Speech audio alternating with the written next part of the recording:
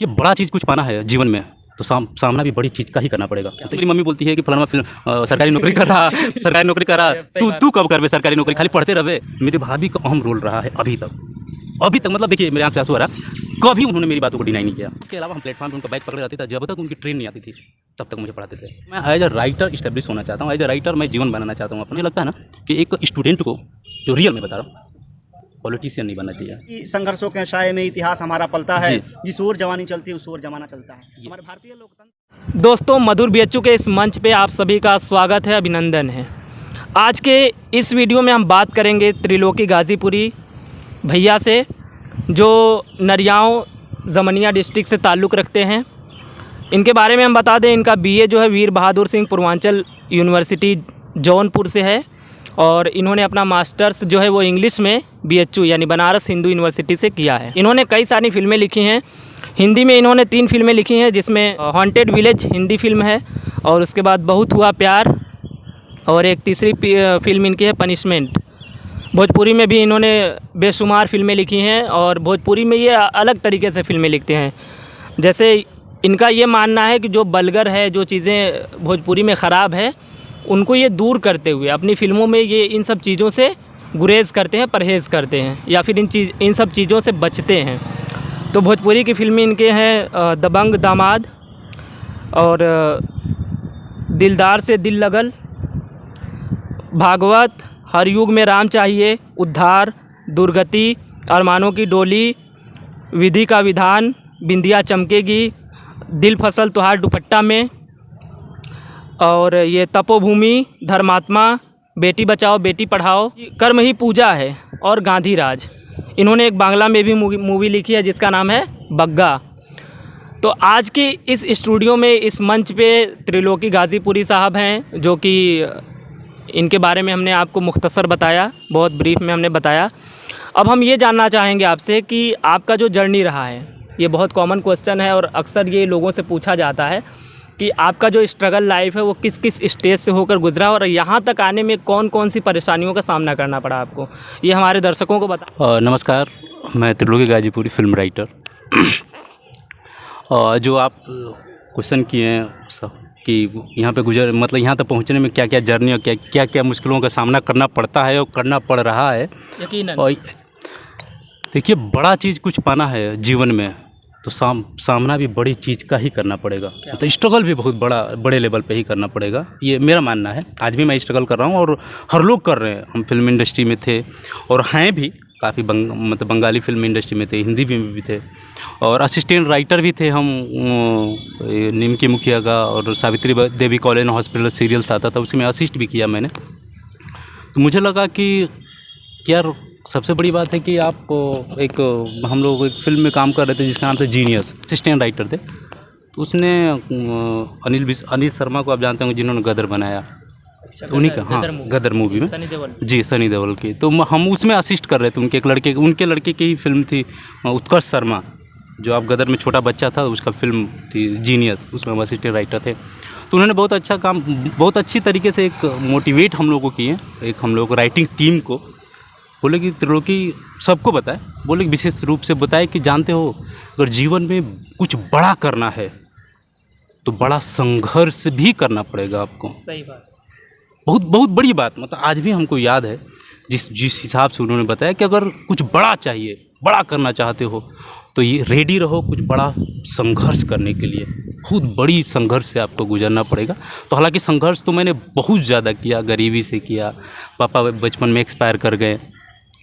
एक समय ऐसा आया कि भैया बहुत अच्छे तरीके से सपोर्ट भी कर रहे थे मुझे, लेकिन जानते हैं जब सिचुएशन क्रिएट होता है इंसान के जीवन में, तो इंसान सिचुएशन, क्योंकि समय का कठपुतली होता है इंसान, तो बहुत ऑब्स्टिकल्स आए, बहुत हिंड्रेंस आए, बहुत ज़्यादा। हम ये बीएचयू से फिर हम घर चले गए, घर से फिर हम मुंबई भाग गए। बहुत ज़्यादा स्ट्रगल किए हैं, बहुत ज़्यादा ऐसा स्ट्रगल किए हैं। लेकिन हालांकि अच्छा है कि आज हम लेवल पे हैं, कामें मिल रही है। हम बनारस से हुए, फिर भी लोग हमें मुंबई से काम देते हैं और यहाँ पर हम काम करते रहते हैं। बहुत बहुत शुक्रिया। और काफ़ी यकीनन ये स्ट्रगल बहुत टफ होता है कि एक गांव से उठकर और फिल्में लिख देना, तरह से आपने मेहनत की होगी, क्योंकि आपका कोई ख़ानदानी पेशा नहीं रहा है, कोई नहीं। न गांव में कोई राइटर रहा है, न कोई ख़ानदान में राइटर रहा है, तो फिर एक गांव से लड़का उठ के जाए और भोजपुरी की कई मूवियाँ लिख दे जी और बैक टू बैक बहुत कम वक्त में, मतलब हमें लग रहा है कि बहुत कम वक्त में, 2018 में हम गए हुए थे। हाँ 4 साल, वही 3.5-4 साल का में कम से कम 19-20 मूवी लिख देना जी, बहुत जी। बड़ी बात होती है।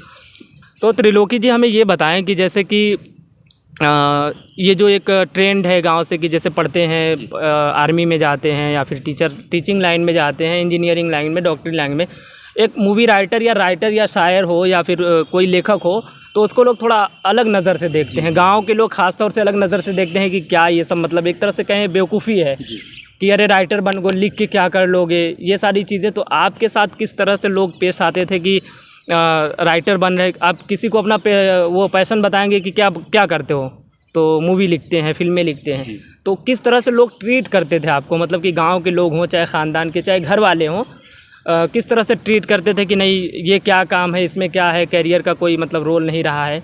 और आज वो आपको किस नज़रिए से देखते हैं जब आप सक्सेस हैं, मतलब एक लेवल पे आप आके खड़े हो गए हैं कि आप बड़े बड़े हीरो के साथ बड़े बड़े हीरो की कहानियाँ लिख रहे हैं, फिल्में लिख रहे हैं और लोग आपको ऑफ़र कर रहे हैं, तो क्या मरहला रहा वो, उसको थोड़ा बताएं। देखिए फ्रैंक भाई, मेरा जो मैं अभी तक ऑब्जर्व किया, मेरा एक्सपीरियंस रहा, आज भी देखो जो मेजॉरिटी में नहीं होते हैं, जैसे गांव में बड़ा पॉपुलरिटी है और उसको तवज्जो दी जाती है, उसको क्रेडिट दी जाती है जो सरकारी नौकरी करते हैं। दूसरी बात कि आप अगर अपने गांव से निकलते हैं और सिंगल फिल्म राइटर बनते हैं, फिर भी लोग बोलते हैं, क्योंकि फिल्म इंडस्ट्री एक व्यापक चीज़ है, गांव वालों को समझ में नहीं आता, उनको सपनों में भी नहीं आता। जैसे मेरे ही घर में आज भी कभी कभी मेरी मम्मी बोलती है कि फलाना फिल्म सरकारी नौकरी कर रहा सरकारी नौकरी कर रहा, तू कब करवे सरकारी नौकरी, खाली पढ़ते रहे। मतलब आज भी मेरी मम्मी को ये समझ में आ रहा है कि सरकारी नौकरी बहुत बड़ी चीज़ है। जैसे अभी मेरे चाचा का लड़का पुलिस में हो गया, तो मेरी मम्मी बोली कि बता पुलिस में हो गया, तू क्या कर रहा था, समझ में नहीं क्या हुआ, तो कब तक पढ़े, समझ में नहीं क्या हुआ। तो हमको आज भी हमारी मम्मी को ये नहीं समझ में आ रहा कि नहीं यार ये राइटिंग चीज़ बहुत व्यापक है, वहाँ पे पहुँचना एक बड़ा टफ है। हालांकि मैं बड़ा फॉर्चुनेट हूँ, लकी हूँ कि मैं भगवान की कृपा से मैं वहाँ पहुँचा हूँ। तो ये चीज़ होती है, तो उनको समझ में न आना हालांकि उनकी गलती नहीं है। अगर हमारे गाँव से 4-5-10 लोग राइटर बने, है ना, तो लोगों को धीरे धीरे समझ में आने लगा कि नहीं राइटर का स्कोप क्या है, राइटिंग का स्कोप क्या है, राइटर होता क्या है, इस तरीके से होता है। तो इस तरह कमेंट्स करते रहते हैं और जो चीज़ नहीं समझ में आता है वो एक्चुअली एक इंसान जैसे मुझे कोई चीज़ समझ में नहीं आता, इसका मतलब नहीं कि वो गलत है। समझ में न आना इसका मतलब नहीं कि वो गलत है, मैं गलत हूँ कि उसको समझ नहीं पा रहा हूँ। तो इसी तरह गांव के लोगों को समझ में नहीं आ पाता है, आज भी वो कमेंट्स करते हैं और हमेशा मतलब करते रहेंगे। समझने की ज़रूरत है, समझाने की ज़रूरत। जी जी। और हर युग में देखिए, हर युग में कमेंट्स होता है, चाहे राम युग हो, कलयुग, द्वापर, त्रेता, हर युग में कमेंट्स हुआ है। मैं तो काफ़ी मतलब किताबों से जुड़ा हूँ, हर युग में कमेंट्स होता है और मैं इसको ब्रीफ भी किया हूँ अपने फिल्म के माध्यम से। तो ये बताएं कि जैसे कि कमेंट्स होते हैं तो उसको आप कैसे लेते हैं, यानी कि अगर निगेटिव ले लें तो फिर आप डिप्रेशन में चले जाएंगे या फिर उन्हीं सब बारों में सोचने लगेंगे कि हम भी ये सारी चीज़ें छोड़कर गवर्नमेंट जॉब में लग जाएं। तो आपने किस तरह से उसको पॉजिटिव वे में लिया और उन सारी चीज़ों को छोड़ के मतलब अपने काम में लगे रहे हैं और आज इस स्टेज पे आगे पहुँचे हैं? देखिए एक्चुअली मुझे आप जिस हिसाब से पूछ रहे हैं, मुझे एक सर हैं बीए में, हमारे ग्रेजुएशन में, हमको डॉक्टर राकेश सिन्हा, वो हमको पढ़ाते, इंग्लिश पढ़ाते थे। तो हमेशा एक बात बोलते थे कि त्रिलोकी, अगर आपके स्ट्रगल के दौरान, संघर्ष के दौरान लोग छूटते हैं या कमेंट्स करते हैं तो पीछे मुड़ के उनको मत देखना। बहुत अच्छी बात बोले, आज भी मुझे याद है कि आप संघर्ष कर रहे हो, लोग कमेंट्स करेंगे, लोग नाराज़ भी होंगे, यहाँ तक लोग आपसे संबंध ट्वीट कर देंगे, तोड़ देंगे। आपको ये सोचेंगे चल इसका जीवन में हम देखते हैं, कितने लोग तो चैलेंज दे देंगे कि देखता हूँ तू फ्यूचर में क्या करता है। लेकिन एक बात याद रखना, जब फ्यूचर में कुछ कर लोगे तो वही लोग जुड़ते हैं और आगे के भी लोग जुड़ते हैं। तो संघर्ष के दौरान जितने लोग कमेंट्स करते हैं, जितने लोग कमेंट्स करते हैं, इनको इग्नोर करो। तो वो सेम मैं फॉलो करता हूँ उनकी बातों को। जितने लोग कमेंट्स करते हैं, ठीक है भाई, कमेंट्स करना आपका राइट है, आप करते रहो, क्या मतलब है, पॉजिटिव वे में। और हम संघर्ष करते हैं, हम उनके कमेंट पे फोकस नहीं करते हैं, क्योंकि संघर्ष ही इतना बिल्टअप, इतना बड़ा चैलेंज, हम उनके कमेंट्स पे कहाँ पीछे जाकर देखेंगे कि नहीं क्या कर रहे हैं वो, ये चीज़ होता है, इस तरह लेते हैं। और किसी ने कहा भी है कि सबसे बड़ा रोग क्या कहेंगे लोग, क्या तो इससे इस रोग से बचने के लिए आप उन सब सारी चीज़ों को छोड़कर अपने कर्म के प्रति ईमानदार रहिए और आपको ये मालूम होना चाहिए कि आप सही कर रहे हैं, बस इतना ही ज़रूरी है। तो त्रिलोकी जी, हर सक्सेस आदमी के पीछे किसी न किसी का हाथ रहता है, तो आपके यहाँ तक पहुँचने में किसका सबसे अहम रोल रहा? परिवार के अलावा, क्योंकि माँ बाप का रोल तो होता ही है, तो उनके अलावा कोई ऐसा शख्स हो, टीचर हो या फिर कोई आपके छोटे भाई हो, बड़े भाई हो, कोई भी हो, एनी पर्सन, कोई ना कोई ऐसा होगा जो आपको यहाँ तक लाने में मोटिवेट किया हो या फिर शुरू से लेके अब तक वो साथ देता रहा हो, कोई ऐसा है? हमेशा सुने होंगे कि भाभी का अहम रोल कभी नहीं हुआ है देवर के जीवन बनाने में। ये थोड़ा सा डिफरेंट है, डिफरेंट रोल है, ये समझ ले। लेकिन मेरे घर में मेरे भाभी का अहम रोल रहा है अभी तक। मतलब देखिए, मेरे आंख से आंसू आ रहा, कभी उन्होंने मेरी बातों को डिनाई नहीं किया। हालांकि भैया कभी कभी बोलते थे ये कर लो, लेकिन मेरी भाभी हमेशा सपोर्ट की और आज तक सपोर्ट करती रही। मेरे भैया का भी काफ़ी रोल रहा, लेकिन कभी कभी भैया थोड़ा सा गरीबी से हम लोग निकले और निकलना चाहें, है ना, तो भैया थोड़ा सा देखते थे सोसाइटी में अपना ये रेपुटेशन देखते थे, तो मेरी कुछ बोलते थे कि नई कंपनी में जाकर काम कर, फिल्म में। जानते हैं भाई, गरीबी से और गांव में रहने वालों को फिल्म एक बहुत, समझ रहे ना, बोलते थे घर पे खाने के लिए। कहीं ना कहीं ये है कि आपके सक्सेस के पीछे भी एक औरत का हाथ है, मेरी भाभी का हाथ है। और दूसरी बात है कि एक और है जिनका नाम है राकेश सर। मतलब यहाँ पर लाने में सबसे ज़्यादा अगर हाथ है तो राकेश सर का। वो आपके टीचर रहे और आज भी मुझे करते हैं। किस स्टेज पे, मतलब ग्रेजुएशन में मेरे प्रोफेसर रहे इंग्लिश के, और मुझे प्लेटफॉर्म पे पढ़ाते थे। 3 साल प्लेटफॉर्म पे पढ़े। ट्रेन की प्लेटफॉर्म पे। मथुरा पटना वहाँ से आती थी, वो बनारस के रहने वाले हैं। मथुरा पटना वहाँ से आती थी, और जब हम प्लेटफॉर्म पे, क्लास के अलावा हम प्लेटफॉर्म पे उनका बैग पकड़े रहते थे। जब तक उनकी ट्रेन नहीं आती थी तब तक मुझे पढ़ाते थे। बहुत बड़ी बात है, समझ लिए। यहाँ पे लाने में सबसे ज़्यादा अगर किसी का योगदान है तो हमारे राकेश सर का। अगर ये कहा जाए कि आपकी जो स्टोरी रही है या स्ट्रगल लाइफ रही है, वो भी कहीं ना कहीं किसी न किसी मूवी की सीन लग रही है, तो ये यकीनन बहुत स्ट्रगल किया है आपने। क्योंकि जब किसी से भी आप ये कहें कि मेरे स्ट्रगल के पीछे मेरी भाभी का रोल रहा, तो ये अनएक्सपेक्टेड बातें होती है। फिर दूसरी चीज़ है कि आपके टीचर कैसे आपको प्लेटफॉर्म पे, मतलब आप बैग लेके जा रहे हैं, वो आपको पढ़ाते हुए जा रहे हैं, तो ये ख्याली पुलाव की तरह लग रहा है। लेकिन यकीनन आपकी लाइफ में ऐसा हुआ है, तो ये बहुत समझ लीजिए कि बहुत मोटिवेशन है हमारे ख़ास तौर से BHU के स्टूडेंट्स के लिए, और BHU से पास आउट जो भी लोग हैं, जो पेरेंट्स अपने बच्चों को इस टाइप का मोटिवेशन दे सकते हैं जी। तो अब मैं अपने बड़े भैया बृजभूषण तिवारी जी को बुलाऊंगा कि वो भी कुछ जानना चाहते हैं आपसे और आपके बारे में वो पूछेंगे। तो मैं अब माइक अपने बड़े भैया बृजभूषण तिवारी जी के हवाले करूंगा, और मैं मधुर BHU के श्रोताओं से, दर्शकों से प्रणाम चाहूँगा। हाँ, तो जैसा कि त्रिलोकी जी, फ्रैंक जी ने आपके बारे में बताया कि आप इतना कुछ करने के बाद भी आप जो है राजनीति में सक्रिय हुए, फिर पढ़ाई में वापस आए। तो आप हमें ये बताएं कि राजनीति की शुरुआत आपने कहाँ से करी, और जैसा कि फ्रैंक भैया ने बताया कि आप मुंबई में लोक जनशक्ति पार्टी का अध्यक्ष भी रह चुके हैं, तो विस्तार से बताएं कि आप कहाँ से शुरू किए और कहाँ तक पहुँचे राजनीति में। हमारा बैकग्राउंड नहीं रहा पॉलिटिक्स में, कोई ऐसा नहीं था कि मेरी फैमिली मेम्बर कोई पॉलिटिक्स में इन्वॉल्व था, ऐसा कुछ नहीं था। बट एक सौरभ पांडे हैं वहाँ के बनारस के, वो बड़ा एक्टिव हैं, हमारे लोक जनशक्ति पार्टी रामविलास पासवान के बड़ा करीबी थे जी। तो उन्होंने देखा, इस तरीके से बुलाया मुझे दिल्ली। कई बार हम गए, 12 जनपद पर रामविलास पासवान जी का था, तो हम गए। तो वहाँ पे मुझे ये पार्टी, मतलब हालांकि हम इतनी बड़ा पोस्ट मिला था, मुंबई प्रदेश अध्यक्ष, मुंबई प्रदेश अध्यक्ष थे, तो मुंबई प्रदेश का अध्यक्ष बनाया जा रहा था। तो मुझे बड़ा इंटरेस्ट आया कि चलो भाई, इतने बड़े प्रदेश का एक अध्यक्ष बनाया जा रहा है इतनी बड़ी पार्टी से, तो मैं इन्वॉल्व हो गया। अब मेरा इन्वॉल्वमेंट इस कदर हो गया कि फिल्मी जो बैकग्राउंड था वो कटने लगा।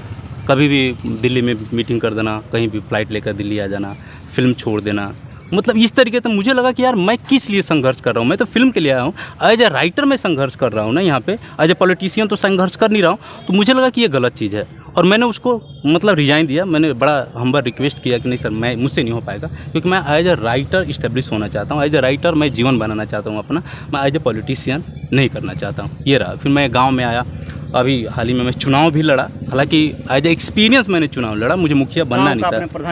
प्रधानी वाला चुनाव लड़ा एज ए एक्सपीरियंस कि मतलब एज ए क्या एक्सपीरियंस रहता है, लेकिन पढ़ने वालों को पॉलिटिक्स सूटेबल है, तो क्या कंफर्टेबल आपको है। ऐसा नहीं लगता कि बड़े बड़े कॉलेजों में, विश्वविद्यालयों में छात्र राजनीति होती है, छात्र संघ होता है, वहाँ से युवा नेता निकलते हैं, जैसे जी। कन्हैया कुमार निकले, जी, बड़े जी। बड़े नेता निकले, जी। वो लोग हमारे देश को रिप्रेजेंट करते हैं। जी। तो कहीं आपको ऐसा नहीं तक कहा जाता है कि संघर्षों के साए में इतिहास हमारा पलता है, जी। जिस ओर जवानी चलती है उस ओर जमाना चलता है। हमारे भारतीय लोकतंत्र में हमारी राजनीति की क्या स्थिति हो, हमारे समाज की क्या स्थिति हो, हमारा भारतवर्ष कितना आगे जाए, जी। इसमें युवाओं का बहुत योगदान है और कहीं न कहीं राजनीति के माध्यम से युवा सक्रिय होकर इस काम को बखूबी कर सकते हैं।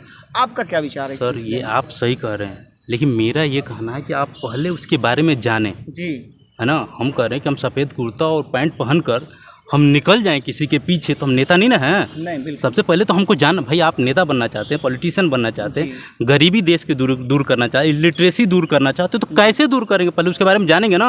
और उसका माध्यम स्टडी, उसका माध्यम में उसका क्या है, आप पढ़ें पहले, आप उस लेवल की पढ़ाई करने के बाद आपको लग रहा है कि नहीं आपके अंदर पंक्चुअलिटी आ गई, आपके अंदर इंटेलेक्चुअलिटी आ गई, तो हम कह रहे हैं कि नहीं आप करिए। लेकिन अभी हम देखते हैं कि अभी ग्रेजुएशन तक नहीं पहुँचे और एक बेहतर पॉलिटिशियन बनना स्टार्ट हो जाते हैं, तो मुझे नहीं लगता कि ये सही है। भाई आपको पॉलिटिशियन बनना है तो हमको लगता है कि उस हिसाब से एजुकेशन भी आपके पास होना चाहिए, एजुकेटेड भी होना चाहिए। जी, शिक्षा- कैसे क्या दूर करेंगे, कैसे जानेंगे, जब हम कह रहे हैं कि आप किसी प्रॉब्लम को जान ही नहीं पाएंगे, समझ इवेल्युएट ही नहीं कर पाएंगे। समाज के उस वर्ग तक पहुंचना जो वंचित है, जो शोषित है, वहां जी। तक पहुंच करके, और वहां तक पहुंचने का एक ही माध्यम है शिक्षा के माध्यम जी, से पहुंच सकते जी। अगर आप एजुकेटेड नहीं हैं तो कैसे कर सकते हैं। हैं। जी जी तो मतलब एजुकेटेड बनिए, जी। आप जाइए। भाई आपको जरूरत है, यूथ का जरूरत है, मतलब नौजवानों हाँ, को जरूरत है लेकिन देश एजुकेशन के माध्यम से में। लेकिन कहा मैं जाता है कि एक ही काम करूँ कि एक प्रोमिनेंट चीज़ है, एक बहुत बड़ा हम कह सकते हैं इंस्ट्रूमेंट है, बहुत बड़ा वीपन है आपके पास, हथियार है, वो है एजुकेशन। आप एजुकेटेड होकर आप जाइए, लेकिन बेहतर पॉलिटिशियन बनिए, नो डाउट। अंतिम प्रश्न त्रिलोकी जी कि जैसा आपने बताया कि पहले शिक्षा जरूरी है, तब राजनीति करें, समाज को समझें, आगे बढ़ाएं। जी। ठीक है। आप फिल्म छोड़ करके पुनः आप शिक्षा ग्रहण करने आए, तो आप क्या करना चाहते हैं शिक्षा में, और हमारी आने वाली जो पीढ़ियां हैं, जो हमारे भविष्य हैं, जो हमारे बच्चे हैं, उनको क्या आप शिक्षा के माध्यम से क्या उद्देश्य देना चाहते हैं कि नहीं आप एजुकेशन लेकर के, स्टडी करके तब आगे चीज़ों को राजनीति में ले आएँ, या जहाँ भी ले जाना चाहते हैं आप अपने स्तर से ले जा सकते हैं। तो बताइए शिक्षा इसमें कैसे हेल्प करेगी, और नौजवानों के लिए आपका क्या संदेश रहेगा? सर सबसे पहले तो मैं अपने प्रोफेशन की बात करता हूँ कि एक राइटर को सबसे पहले ज़रूरी होता है ज्ञान, जी नॉलेज होना चाहिए, एक सोल होता है राइटिंग का। तो मुझे लगा कि भाई हम उसमें एक्टिव हो गए, उसमें सक्सेस हो गए, तो हमको लगा कि ये जो फील्ड था मेरा एकेडमिक जो फील्ड था, इसमें अनसक्सेस थे। मुझे पीएचडी करना था, अब उस दौर में हम लग गए पीएचडी के दौर में, तो मुझे लगा कि अब मुझे पीएचडी कर लेना चाहिए, क्योंकि वो मैं उस फील्ड में मैंने प्रूव कर लिया अपने आप को, जी जी है ना। उस काफ़ी फिल्में आई, हिंदी मैंने फिल्म लिखा, बंगला फिल्म लिखा, भोजपुरी में तो बहुत ज़्यादा मैंने एक्टिव रहा, और काफ़ी फिल्में मैं आग भी गई हैं और काफ़ी अभी शूटिंग भी चल रही है। तो मुझे लग रहा है कि हम जो इस एजुकेशन के लिए वहाँ से इसलिए आए मुंबई से यहाँ पे, कि अगर और हम ज़्यादा एजुकेटेड होते हैं जी, तो हम एक और बड़ा मुकाम के लिए स्ट्रगल कर सकते समाज हैं, को देखने का नज़रिया और बड़ा अलग हो जाएगा। सकता है। जी, जी, क्योंकि बिल्कुल। जितना आप पढ़ेंगे जी। उतनी बेहतर तरीक़ा से लिखेंगे। हम कह रहे हैं कि आप राइटर बनना चाहते जी। हैं और पढ़बे नहीं करेंगे, जी आप पढ़ना भी नहीं चाहते हैं और राइटर भी बनना चाहते हैं, तो ये कहाँ पॉसिबल है। जी मुझे नहीं लगता है कि आप ये पॉसिबल है, और एक ईमानदारी से आप अपना कर्म कर रहे हैं, जी। ये बात। दूसरी बात ये कि मैं पीएचडी इसलिए कर रहा हूँ कि मुझे साउथ इंडस्ट्री में जाना है। जी अभी हम 4-5 दिन पहले मैं हैदराबाद से आया, जी तो वो मिलकर मैं आया तो वहाँ से, तो अभी फिर मैं 17 तारीख को मेरे पेपर है, फिर उसके बाद मैं फिर हैदराबाद में जाऊँगा। तो मुझे एक साउथ इंडस्ट्री में जाना है, और साउथ इंडस्ट्री में जाना है तो एक बड़े लेवल पर जब जाना है तो बड़े लेवल पर तैयारियाँ भी, जी, जब एक बिल्कुल। बड़ा युद्ध करना चाहते हैं, जी। युद्ध लड़ना चाहते हैं, तो उस हिसाब से वीपन और हथियारों का ज्ञान भी उसी तरह, युद्ध शास्त्र का ज्ञान बिल्कुल। उस होना भी चाहिए, जहाँ तक मुझे लग रहा है, इसलिए मैं ये जी, कर जी। रहा हूँ। तो हमारे युवाओं के लिए क्या आपका संदेश देखिए, है? मैं ये चाह रहा हूँ चैनल के माध्यम जी, से, जी। मैं यही कहना चाहूँगा कि देखिए सर, आप पढ़िए, पैसे के लिए ना पढ़िए, जी क्योंकि आप जितना एजुकेटेड रहेंगे, क्योंकि पढ़ाई सामाजिक होती है। आप इंडिविजुअल तरीके से पढ़ते हैं कि मैं पीएचडी कर लेता हूँ तो असिस्टेंट प्रोफेसर बन जाऊँगा, तो मैं अपना घर बढ़िया से चला लूँगा। मुझे लगता है कि पीएचडी उस मानने, पीएचडी का जो डेफिनेशन होता है वो गलत है। आप डिफाइन ढंग से नहीं कर पा रहे हैं पीएचडी का, जी। अपने एजुकेशन का, क्योंकि आप एक क्राइटेरिया बना रहे हैं अपनी थॉट का, अपनी डिग्री का, मुझे नहीं लगता कि ये उचित है। आप केवल खाली पढ़िए एक समाज को, कि आपको ये लगे कि नहीं मैं जो पढ़ रहा हूँ, मेरा जो ज्ञान है वो समाज के लिए है, मैं समर्पित हूँ अपने, मैं ज्ञानी हूँ तो कहीं ना कहीं मैं समर्पित होना चाहता हूँ, समर्पित हूँ समाज के लिए। इस माध्यम से पढ़ेंगे। और रही बात पैसे की, तो जो जन्मा है इस धरती पे भूख लगेगी और तैयारी भूख को मिटाने के लिए पैसे कमाएगा, और पैसे कमाएगा तो भूख मिटाएगा। तो ये तो हर नहीं पढ़ा रहेगा वो भी पैसे कमाएगा कहीं ना किसी तरीक़ा से। तो मेरा इस चैनल के माध्यम से मैं यही कहना चाहता हूँ कि प्लीज़, ये हम्बल रिक्वेस्ट है आप लोगों से, केवल आप समाज के लिए पढ़िए, आप अपने ज्ञान एक्सप्लोर करिए समाज के लिए, देश के लिए पढ़िए, ना कि केवल एक प्राइमरी। आप एक देखिए, पैसे एक सेकेंडरी होता है, प्राइमरी डाटा नहीं है, सेकेंडरी डेटा है। तो आप प्राइमरी डेटा एक कलेक्ट करने के लिए आप समाज के लिए समर्पित होइए, अपनी पढ़ाई को वहाँ पर एक्सप्लोर करिए, यूज करिए। बस यही मैं कहना चाहता हूँ। बहुत बहुत धन्यवाद आपका। और जैसा कि भैया ने काफ़ी जानकारियाँ दी हमें हमारे इस चैनल पे, और आगे भी हम ऐसी ऐसी हस्तियों को आपसे मिलाते रहेंगे। आप हमारे चैनल को सब्सक्राइब करें, मधुर BHU के नाम से हमारा चैनल है। ऐसी ऐसी हस्तियों से मिलाएंगे जो कि ग्राउंड से उठे हुए लोग हैं, जो ज़मीन से उठे हुए लोग हैं, बहुत आगे तक गए, लेकिन उस दरमियान शिक्षा का क्या महत्व है, काशी हिंदू विश्वविद्यालय का क्या महत्व है, यहाँ आने के बाद कैसे आपका विविध आयाम विकसित होता है, इस सब चीज़ के बारे में जानकारी भैया ने दिया। आगे भी ऐसे लोग आते रहेंगे, हम उनका साक्षात्कार करेंगे, आपको उपलब्ध करवाएंगे सारी वीडियोज़। हमारे चैनल को सब्सक्राइब करिए, मधुर BHU के नाम से है। देखते रहिए मधुर BHU। जय हिंद, जय भारत।